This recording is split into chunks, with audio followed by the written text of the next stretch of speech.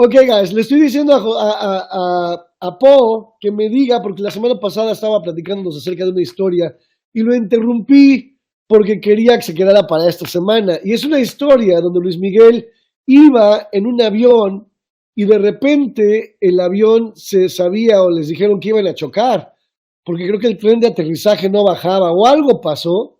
Y esa historia está espeluznante porque estuvieron muy cerca, toco madera, de que algo pasara, algo horrible.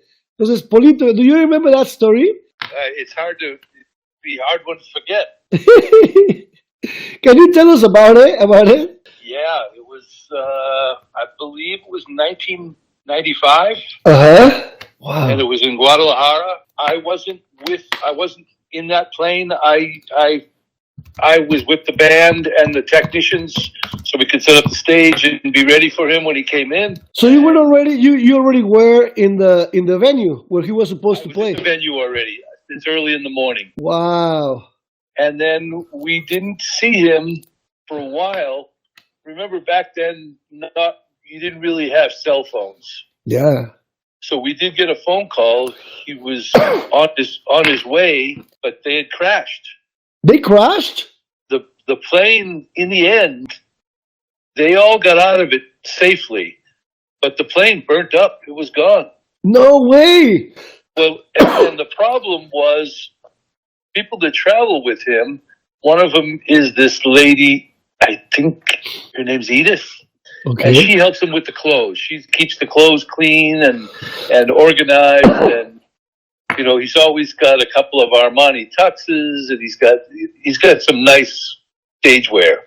Wow. Yeah, he does. He always uses like the best stuff to play. Right now, I think who's dressing him right now? I forgot the name. It's like a huge designer too. My guess, it would probably be somebody like Tom Ford. Yeah, it's actually Tom Ford. You're good. How did you know? Tom Ford would make sense for him. Yeah, that's exactly him. So imagine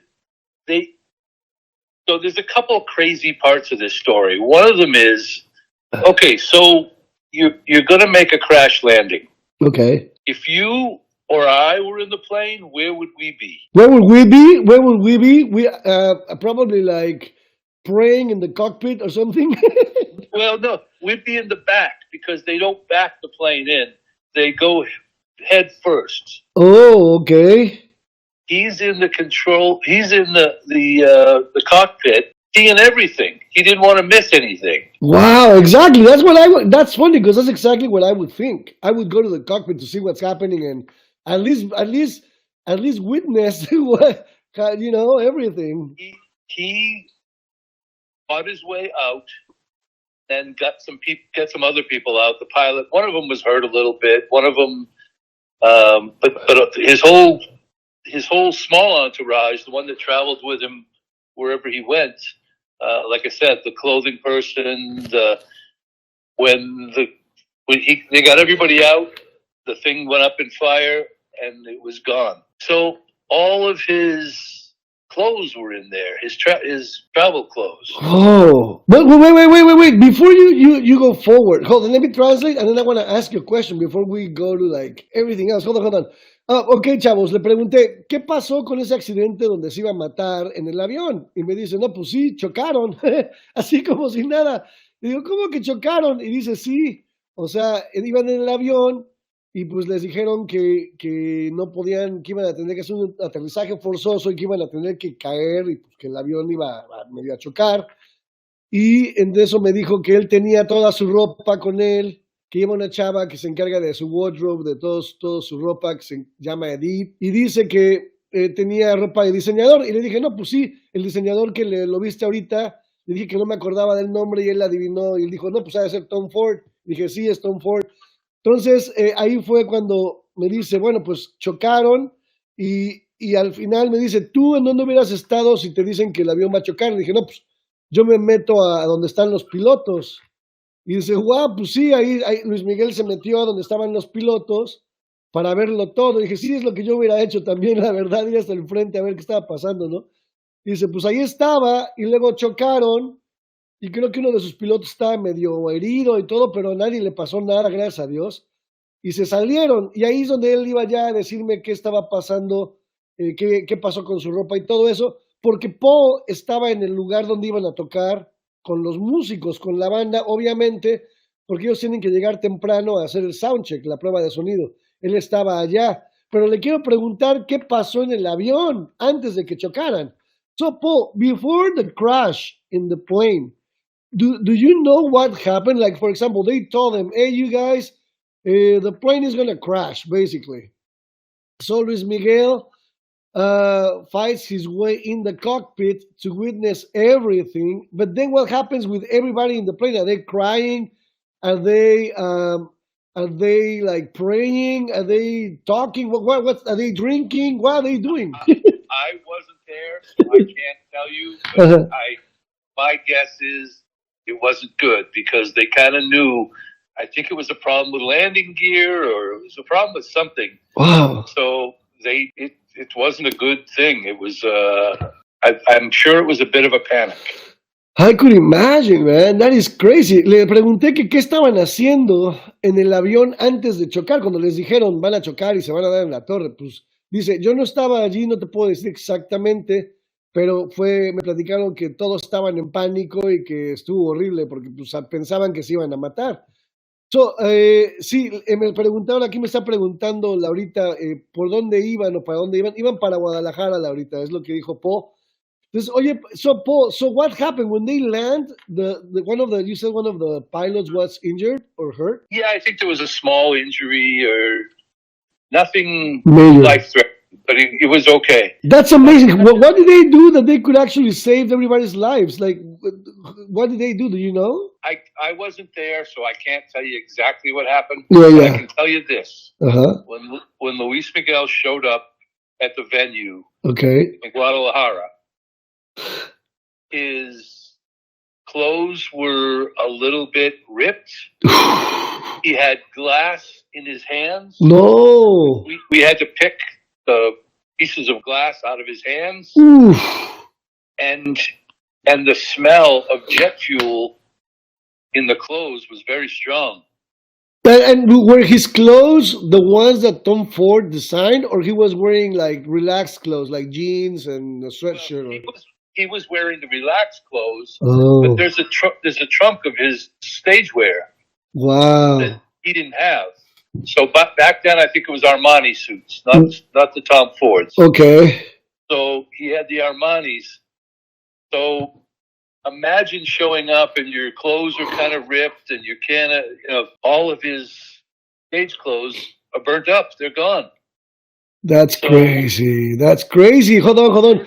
So, dice Polito, me dice, mira, no te sé decir exactamente lo que pasó en el avión porque no estaba yo allí, pero te puedo decir esto, cuando llegaron al venue, al lugar donde iban a tocar, nosotros tuvimos que quitarle a Luis Miguel de las manos, traía vidrio del avión en las manos, tuvimos que desenterrarle los pedacitos de vidrio de las manos y bueno, y la ropa que traía olía a gasolina de avión, o sea, estaba cañón y venía medio rasgada.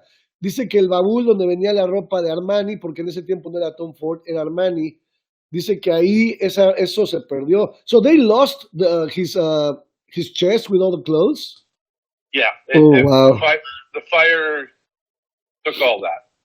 That's crazy. So llegó al venue, he got to the venue, and then you guys helped him with the, the glass in his hands.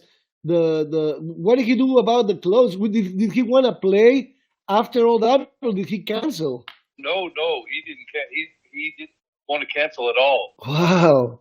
So imagine, normally there's 3 or 4 clothing changes during his show. Yeah. So he had to go, and so he had nothing. Everything was gone. So basically, he went to the band and the mariachis, and he got a pair of shoes from this person and a T-shirt, a Calvin Klein T-shirt from this person, and he got a pair of pants that fit. He had to look for people who were about his size and who had stuff with them that can quickly put an outfit together. Has all that stuff on, but no changes. There's no extra clothes for the changes for during the show. So it was a little different show. He also having just survived this thing, which was pretty traumatic. Of course.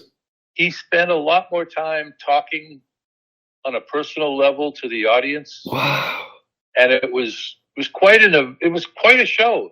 It was just different. It was like really heartfelt speaking. Wow. So for how long did okay, hold on, let me translate to everybody. Okay, so le pregunté qué pasó cuando llegó al lugar, le ayudaron y fue cuando dijo que le quitaron el vidrio y bla, bla, bla. Y después dice que se puso a buscar ropa de los mariachis, que le pidieron unos pantalones, a otro le pidió una camiseta Calvin Klein, que buscó gente que tuviera más o menos su tamaño, su talla, para que le prestaran ropa. Entonces buscó la ropa y luego se metió a cantar. Dice que ese show a la gente le platicó, o sea, estuvo más íntimo con la gente y les platicó mucho más cosas a un nivel más personal y duró más tiempo en el escenario. Obviamente porque pensaban que se iban a matar y hagan de cuenta que revivió. Estaban como celebrando. So, Paul, for how long did everybody have to wait for him to show up? The show started about 45 minutes late. That's it? That's it. Not even that much. Well, because he came in much earlier. You know, he came in sound check and all that other stuff. So he would have been there much earlier. But the way after the crash, and there was all kinds of situations to deal with. You know. That is insane, man. That is such a crazy story, and nobody's ever talked about it. I don't know why. It's on the internet. I mean, if you look it up, you'll find it. It's there. Wow. But yeah, I think it wasn't a pleasant experience, so I don't think anybody really wanted to talk about it. Definitely. That is insane. Hold on, let me tell these guys. So, lo que le dije es que, bueno, pues cuánto tiempo la gente tuvo que esperar por Luis Miguel para empezar a cantar, porque si pues, chocaron y tuvieron que salir de allí y ya todo el mundo estaba en el venue, en el lugar del concierto, pues tuvieron que esperar y dicen, no, pues nada más esperamos como 45 minutos, porque no, o sea, no llegaron muy tarde. Yo le dije que yo pensé que se habían tardado más tiempo en llegar, sin embargo, no llegaron tan tarde, de hecho, porque el avión iba a llegar muchísimo más temprano para tener más tiempo de hacer más cosas, pero como llegaron más temprano y pasó todo esto, pues llegaron nada más 45 minutos tarde, lo cual no fue mucho. Le digo, pues esta historia casi nadie habla de ella, y dice, pues si te pones a buscarla, la encuentras en el internet, pero sí, está muy, muy cañón lo que pasó, y dice, pues no fue muy, muy bonito, por eso no creo que nadie hable mucho de ella, pero sí está cañón. Polito, look, Sharon Lopez just went on, she just found out the time. It was, Sharon is saying that this happened on the 17th of November of 1995, 2 days before the celebration of Frank Sinatra. Wow. Do you recall that? Yes. I'm telling you, man, his fans they know everything. His fans are very well informed. They are very well informed. Good job, Sharon.